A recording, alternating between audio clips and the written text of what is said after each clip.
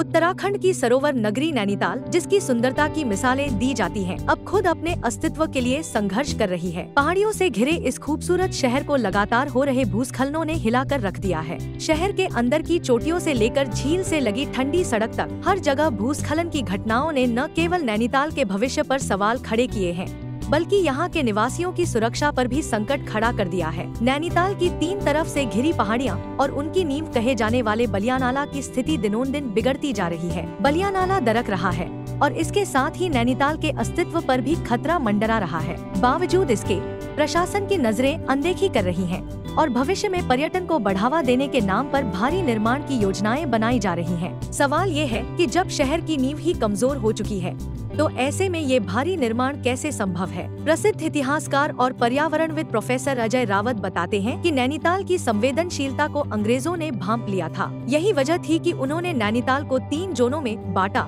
Safe zone, unsafe zone और danger zone. आजादी के बाद भी यह शहर सुरक्षित था, लेकिन 1972 से बलियानाला में हो रहे भूस्खलन ने नैनीताल की नींव को कमजोर कर दिया। कई सर्वे में यह साबित हो चुका है कि नैनीताल की भारवाहक क्षमता अब समाप्त हो चुकी है। इसके बावजूद शहर में अवैध निर्माण का दौर जारी है, जिसने नगर के ड्रेनेज सिस्टम को पूरी तरह से ठप कर दिया है। देखो, नैनीताल जो है वो अत्यधिक संवेदनशील इलाका है और अंग्रेज लोग इस बात को अच्छी तरह से समझते थे।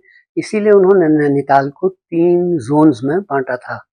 सेफ जोन, जहाँ पर कंस्ट्रक्शन किया जा सकता है, निर्माण किया जा सकता है, जो बिल्कुल सुरक्षित है। फिर उन्होंने किया था अनसेफ जोन। अनसेफ जोन जहाँ किसी भी प्रकार का निर्माण नहीं हो सकता है। और तीसरा जोन जो था वो था डेंजरस जोन।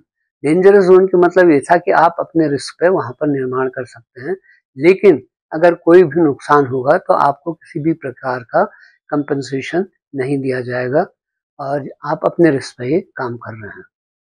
तो लोग जो था वो सेफ जोन जो था अंग्रेजों के समय में और आज़ादी के बाद भी, जब तक आप ये कह सकते हैं कि नगर पालिका में अच्छे चेयरमैन जैसे जसौत सिंह बिष्ट जी, राय बहादुर मनोहर लाल शाह जी जैसे चेयरमैन रहे, तो नैनीताल था बड़ा सुरक्षित रहा और यहाँ पर कोई गैर निर्माण जो है या गैर कानूनी निर्माण या अतिक्रमण जो है सरकारी भूमि में, ये कुछ नहीं होता था। लेकिन धीरे धीरे वो स्तर जो था वो स्तर गिरने लगा। जैसे हर क्षेत्र में हो रहा है वैसे नगर पालिका में भी हुआ। और नगर पालिका के बाद जब यहाँ आपके लेक डेवलपमेंट अथॉरिटी आया, तो लेक डेवलपमेंट अथॉरिटी ने भी शुरू में बहुत अच्छा काम किया, लेकिन बाद में लेक डेवलपमेंट अथॉरिटी जो थी वो भी कंट्रोवर्शियल हो गई। तो इस वजह से क्या हुआ कि निर्माण जो है वो डेंजरस जोन में भी होने लगा और अनसेफ जोन में भी होने लगा। और इसके साथ ही साथ निर्माण जो है वो आपके वेटलैंड्स में भी होने लगा। जो वेटलैंड्स हैं नैनीताल के, वेटलैंड्स में भी निर्माण होने लगा, जो कि बिल्कुल प्रतिबंधित था। और अब क्या है कि सरकार ने 2006 में ही चीज जाना चाहिए, क्योंकि 2006 में जो हमारा ATI है, जो हमारा ट्रेनिंग इंस्टीट्यूट है IAS और PCS ऑफिसर्स के लिए, उन लोगों ने एक राष्ट्रीय कार्यशाला की थी, राष्ट्रीय सेमिनार की थी। और उस सेमिनार में ये कहा गया था कि नैनीताल की भार वाहन क्षमता जो है वो समाप्त हो चुकी है। The carrying capacity is over and no further constructions should be permitted in Nainital. लेकिन उनकी बात नहीं मानी गई, निर्माण अभी भी चल रहा है। और दुख की बात यह है कि अवैध निर्माण जो है वो ज़्यादा चल रहा है। इसके साथ ही साथ जो नाले हैं, जो हमारे धारे थे, उन धारों और नालों के ऊपर भी निर्माण होने लगा है। और ये वो नाले हैं जिनको नैनीताल की लाइफ लाइन माना जाता है। और ये नालों से ही नैनीताल जो था अभी तक बचा हुआ था। लेकिन अब नैनीताल असुरक्षित होने लगा है। आपके बलिया नाला की स्थिति आप जानते हैं, बलिया घाटी की स्थिति आप जानते हैं, बिल्कुल ही जर्जर हो चुका है। कभी भी वो क्षेत्र जा सकता है।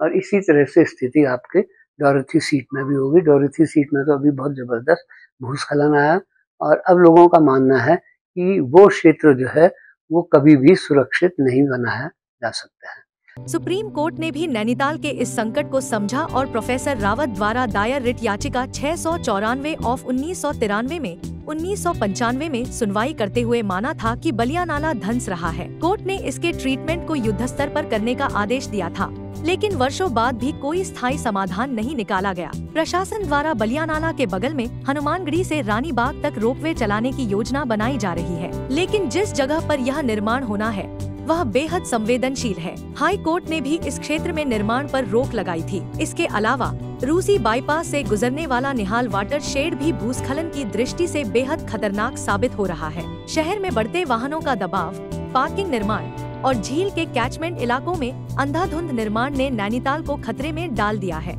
लेकिन हमारा दुर्भाग्य ये है कि बलिया नाला, जिस पर पूरा नैनीताल का अस्तित्व है, बलिया नाला डूब रहा है, धंस रहा है। लेकिन ठीक बलिया नाले के बगल में एक रोपवे का निर्माण किया जा रहा है, जो कि बिल्कुल अवैध है, क्योंकि बलिया नाले के बगल में जिस क्षेत्र पे ये रोपवे बनाया जा रहा है उसे कहते हैं हनुमान वाटिका, और इस हनुमान वाटिका के लिए हाईकोर्ट का निर्णय है कि यहाँ पर कोई निर्माण नहीं किया जाएगा, क्योंकि एक हेलीपैड बनाया जा रहा था और उस हेलीपैड के बारे में उन्होंने कहा था कि इसका निर्माण नहीं किया जा सकता हेलीपैड का, और किसी तरह का अन्य निर्माण भी नहीं होगा।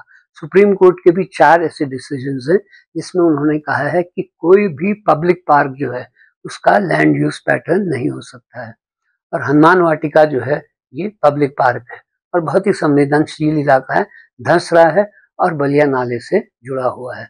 अभी लोगों का ध्यान निहाल वाटरशेड में नहीं गया है। बलिया नाला तो एक तरफ हो गया, एक वाटरशेड है, उसके बाद हनुमानगढ़ का वाटिका आती है और उसके बाद जो है आपके आता है निहाल वाटरशेड। निहाल नदी जो है वो गवर्नमेंट हाउस के नीचे से उसका उद्गम स्थल है, वो क्षेत्र भी धंस रहा है और उस क्षेत्र में भी आप देखें बहुत जबरदस्त भूस्खलन आने लगे हैं। अभी एसटीपी जो बन रहा था, जिसका निर्माण हो रहा था, वो पूरा एसटीपी बनने के बाद वो बह चुका है। तो नैनीताल का अस्तित्व खतरे में तो है ही।